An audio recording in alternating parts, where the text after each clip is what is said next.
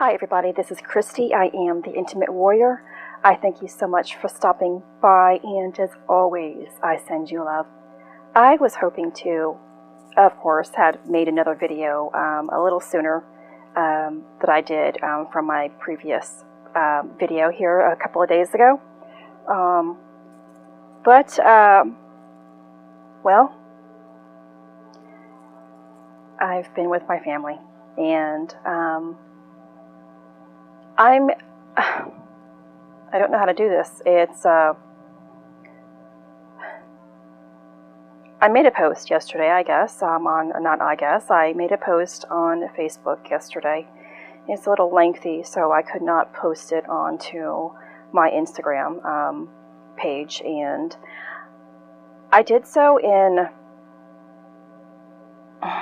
of course, for a part of my own healing process here. But also in memory of my mother-in-law, who, as of Monday morning, is doing something else. She has transitioned into another form, whether she is in spirit or on her way back as another human being. Of course, I don't know. I just want to use this video here to express portions of what I have been going through through these past 7+ years, and I hope my stories, of course, are a part of a lesson that you can take in and hear. And so I am just going to read from my post and hope that you can see the love, see the message from within my own heart. And I'm going to do my best, of course, to keep my composure. My experience loving you. Is this post appropriate to write? I don't know. Is it justified to express? I don't know. Is it from my heart? Absolutely. And please excuse me if you do hear the music in the background. This is not my music, or this is I am not the owner of the rights of the music. This is the first time or the second time in a very, very long time that I've been able to listen to music or do anything of that sort, and so I just want it to play. And if it is also distorting my voice, I do apologize. And so please stay with me as I am reading my post. It's going back through time, throughout the last, well, I'm trying to express a lot in this post here. So yes, we are going back into time. But a few weeks ago, I was asked, what will you do afterwards? And through the exhaustion, all I could do was cry. But as I had time to process that question later that day, I became angry towards the insensitivity within that question.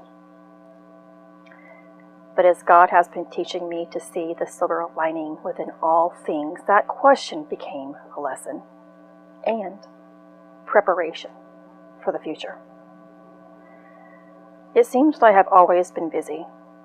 As a young mother, I cared for my premature son who, in his young life, developed health complications from arriving way too early. I was at his bedside many nights watching him breathe. By the time I met my husband, Alec was nearly 7. I have always thought that my husband was my soulmate, as life has been trying to get us together on many, many occasions. And I felt a pull towards him like I've never felt with anyone. When my son grew up enough to start a life of his own, I thought that God was giving me a chance to discover who I was without being known as mom or wife. Please know that neither have been bad things and have been, in fact, very rewarding. Yet we as people become attached to ideas which can make us lose ourselves and therefore our way. When my son left home, I began to work on myself physically, and my broken body eventually became healthy. But as I became healthier and no longer requiring much medical treatments, all of a sudden the flexibility and freedom that I thought I was receiving turned into greater responsibility. At one time, exercising was a treat, but it turned into a way of dealing with the increase of responsibility and especially the insanity. Everything seemed to happen overnight and was overwhelming, but really, everything took place in stages. First, I took on the responsibility of doing my in-laws' errands, which increased to taking care of their finances, which turned to even more. With what was taking place within our family home, the stress that I felt increased, and so did the arguments. I became angry that the life that I thought was supposed to finally begin for myself was now being taken from me without being asked or considered. Barb has never made it easy to be a part of her family, and she has never had an issue expressing it either. And as her need for care increased, she made sure to push my every button. Her care was time, lots of it. While Pop and Joe were outside, Barb and I stayed in. And when they went to festivals or hung out with friends, we were home together. Not really wanting to be, but required to be. As Barb's care increased, I have watched her entire transition.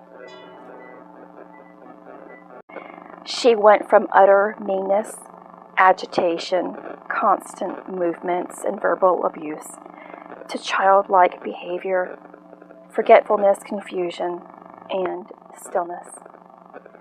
When I first got married, I saw Barb as a woman who hated me, then a mean woman with Alzheimer's, then to something I never expected, my teacher. The Barb who I thought disliked me and the Barb with Alzheimer's constantly made me mad. I was mad at her for being so mean when all I wanted to do was love her, and I was angry at Alzheimer's for consuming her. These things have placed pressure on what I thought was a match made in heaven, my marriage. My husband and I have fought fights that two people should never have to go through, and these fights, I know, have made me want to be free from it all.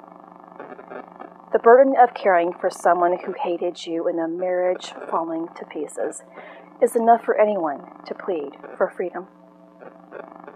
I wanted peace so badly, and divorce often crossed my mind. Yet, God works in disaster. As the thought of wanting to be free of responsibility and trauma aroused, God reminded me of compassion and selflessness, but mercy and grace as well.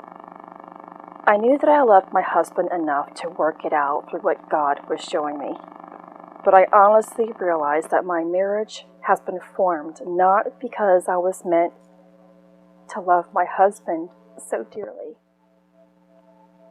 but because I was meant to care and love for Barb tenderly, which in truth has made me love her son even more, especially as I have watched him grow in love these past several weeks. I knew long ago that my husband wouldn't be able to care for his mom in the most intimate of settings, and that's something that I understood completely, and so I stayed. And I thought of Barb, as well as my husband, instead of thinking of my own needs. As I fast forward in time within these past 5 weeks, life has changed drastically, and I became like a mother to Barb. I made sure to care for her as if she were my own little child. But I remember to treat her with the dignity and respect of my elder, but most importantly, the dignity of a woman.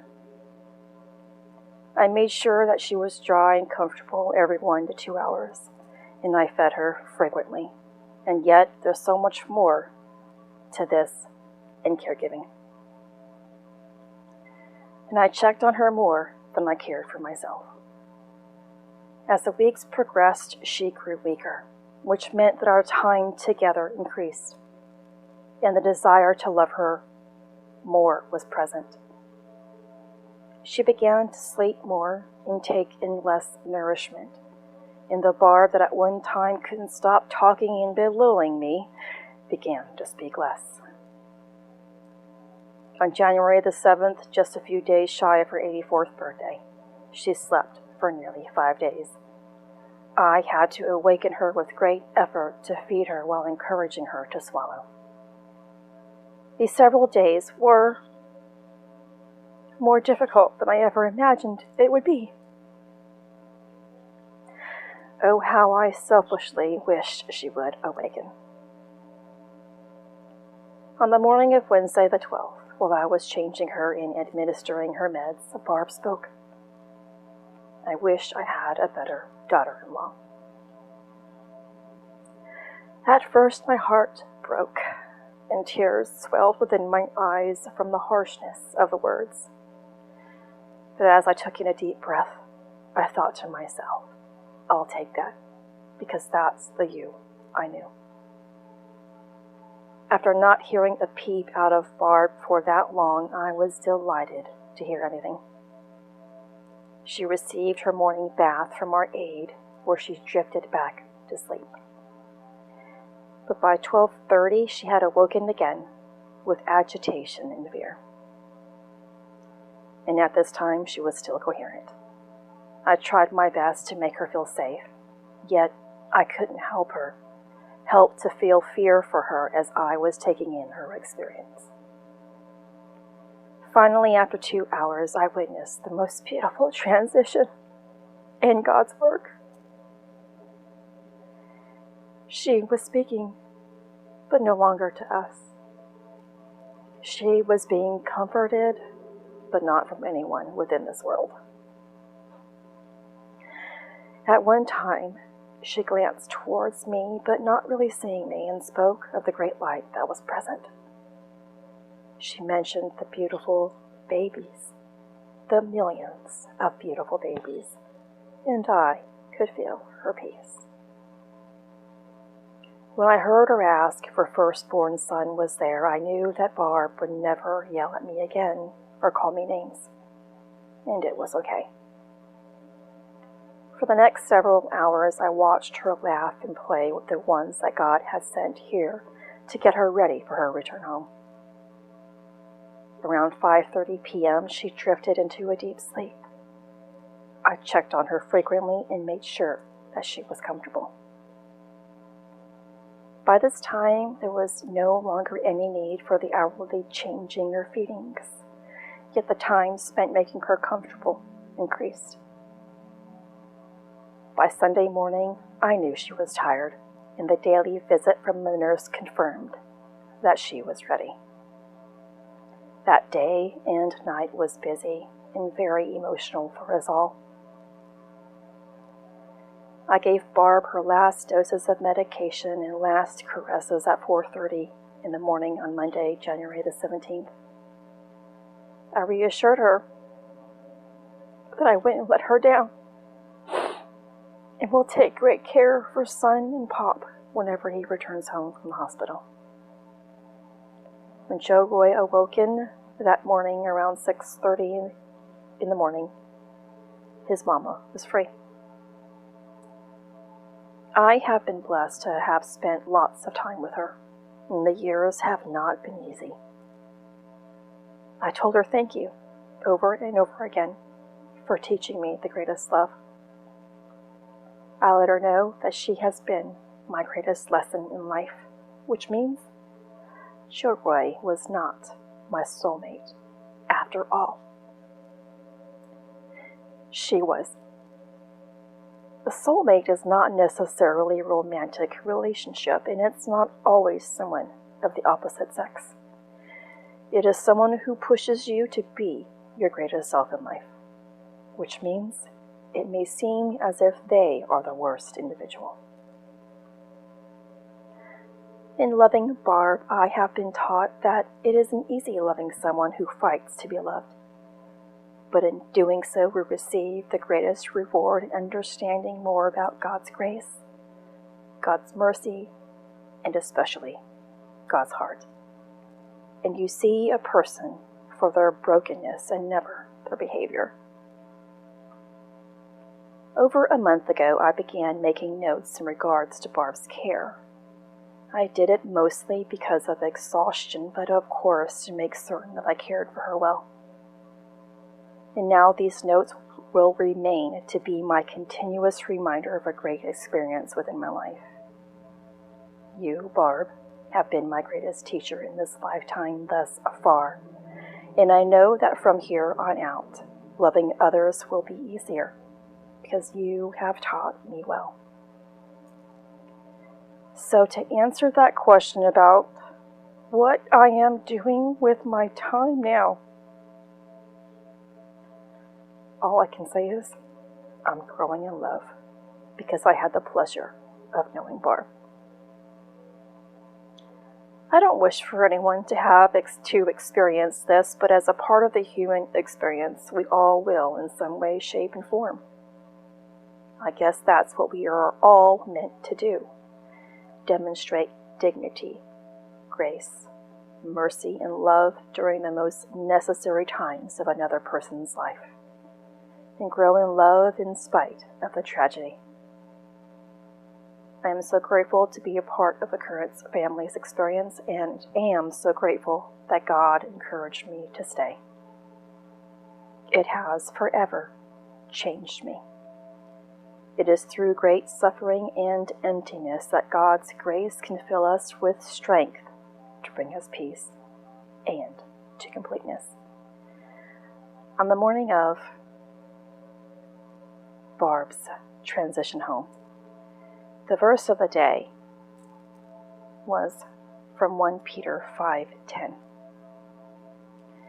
And it was something that I definitely needed to hear. And I wanted to read it to you, if I can find it here.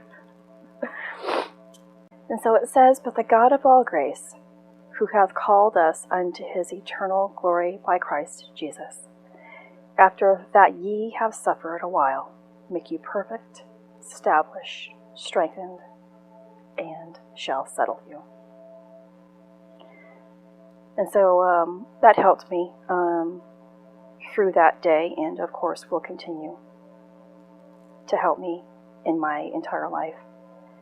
And that's why I ended up putting through the end of this post in remembrance of Barb and my experiences that we must go through great suffering, through great emptiness, which means great heartache, great struggling, in order to be settled through God's grace. You know, I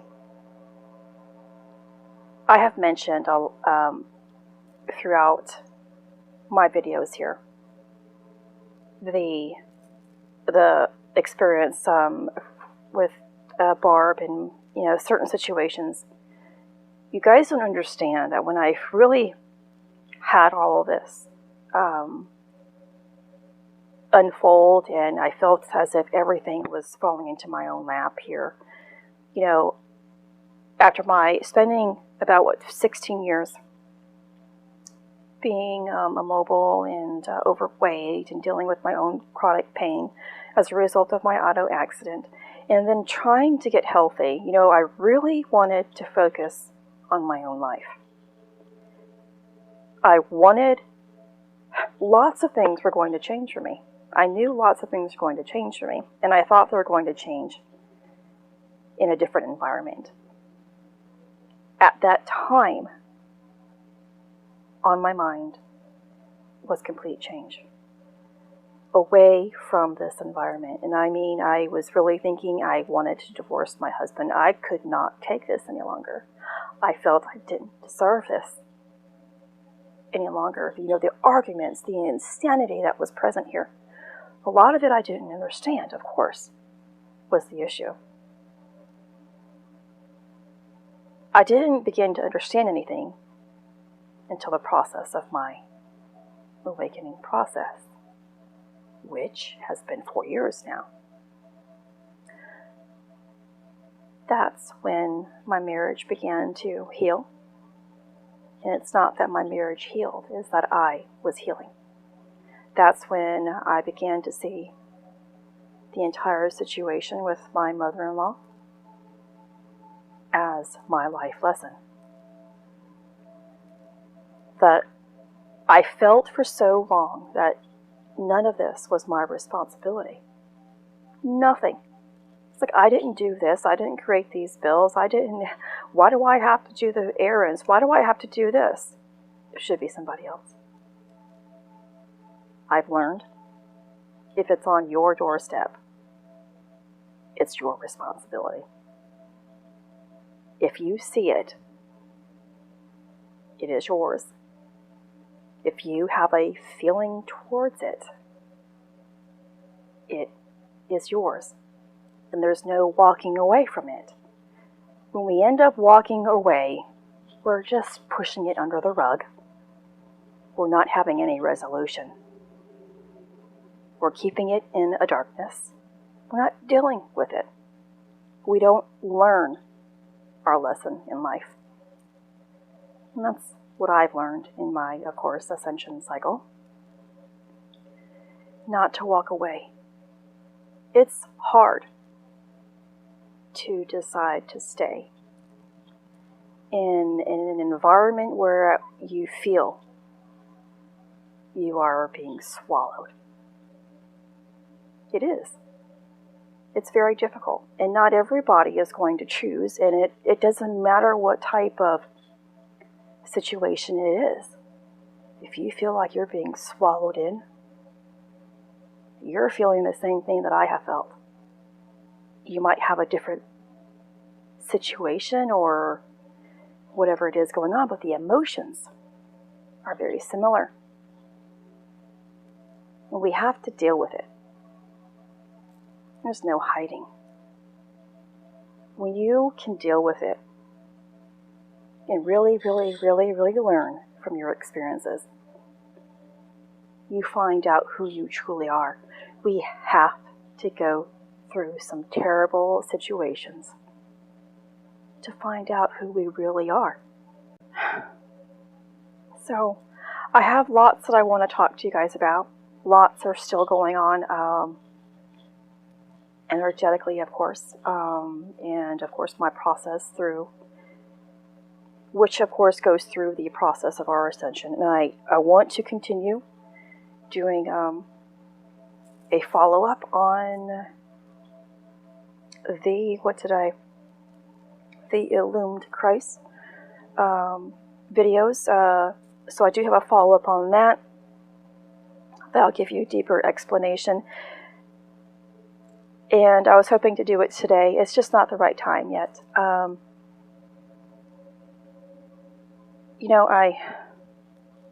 It's crazy. It's crazy. When you're so accustomed to doing something, and then you're no longer doing it any longer. Of course, this is teaching me still about flow, about change, about letting go, and of course about allowing in. My life is going to change and is changing drastically as a result of losing responsibility, of losing Barb.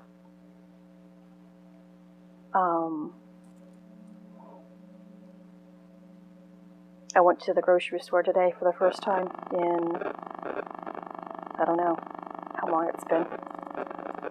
I've been home constantly, and it seems like forever. And I told my husband I didn't have to rush. I went in there. Of course, I thought of Barb. And I didn't have to rush home. I hope you guys can appreciate this video and still understand where I am, and I will hopefully be able to make a normal video tomorrow. We have to feel. Really feel. And I tell you what, Monday I felt lots of anger. I felt anxiety. I was stressed out. I don't know how my husband is feeling. I'm not within his own body, his heart and mind. But I know it was difficult for me. Difficult yet peaceful. And the anxiety is I'm not doing what I have been accustomed to doing for X amount of years. These, especially the X amount of weeks. I'm not seeing any of that anymore. What now? And it reminded me of the time of when my son left home. How anxious I was. Losing something that was so attached to me. So,